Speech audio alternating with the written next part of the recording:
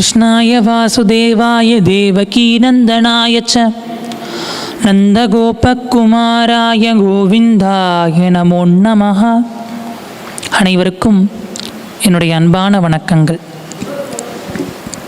மார்கழி மாதத்தினுடைய 24வது நாளாகிய இன்று கோதை நாச்சியார் அருளிச் செய்த திருப்பாவையின் 24வது பாசுரத்தை பற்றி நாம் சிந்திக்க இருக்கின்றோம். இந்த பாசுரத்திலே இறைவனிடம் கோவிலுக்கு சென்று நாம் செய்ய வேண்டியது என்ன என்பதை மிக அழகாக நாச்சியார் கூறுகின்றார். இறைவனை சென்று வணங்குவது குறைகளை சொல்வதற்காக மட்டுமல்ல, அவனை போற்றி அவனுடைய பெருமைகள் எல்லாம் நினைந்து பார்ப்பதற்காக கூடத்தான்.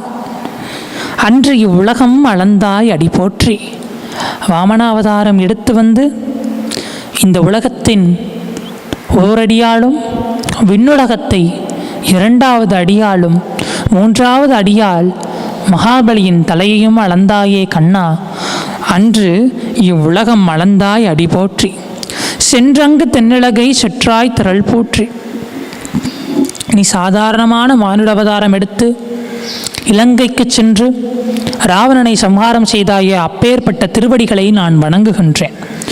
பொன்றச் சகடம் உடைத்தாய் திகழ் போற்றி சகடாசூரனை சம்ஹாரம் செய்தாயே, அந்த பராக்கிரமத்தை போற்றுகின்றேன்.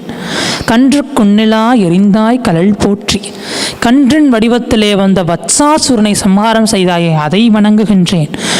குன்றுக்குடையாய் எடுத்தாய் குணம் போற்றி வென்று பகை கெடுக்கும் நின் கையில் வேல் போற்றி துன்பம் துடைப்பதற்காக உன் கையிலே கொண்ட அந்த வேலை போற்றுகின்றேன். என்றன் சேவகமே ஏத்தி பறை கொள்வான் என்று யாம் வந்தோம் இறங்கேலோர் எம்பாவாய்.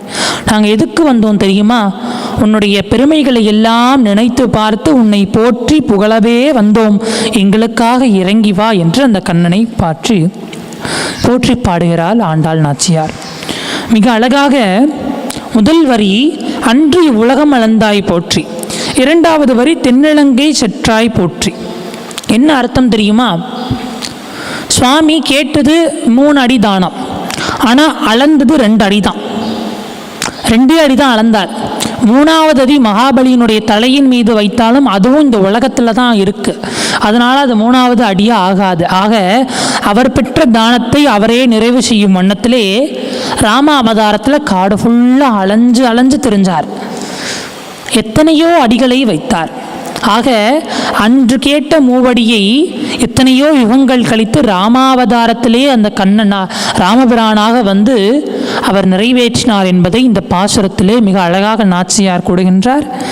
25வது பாசுரத்திலே நாளை சந்திப்போம். நன்றி, வணக்கம்.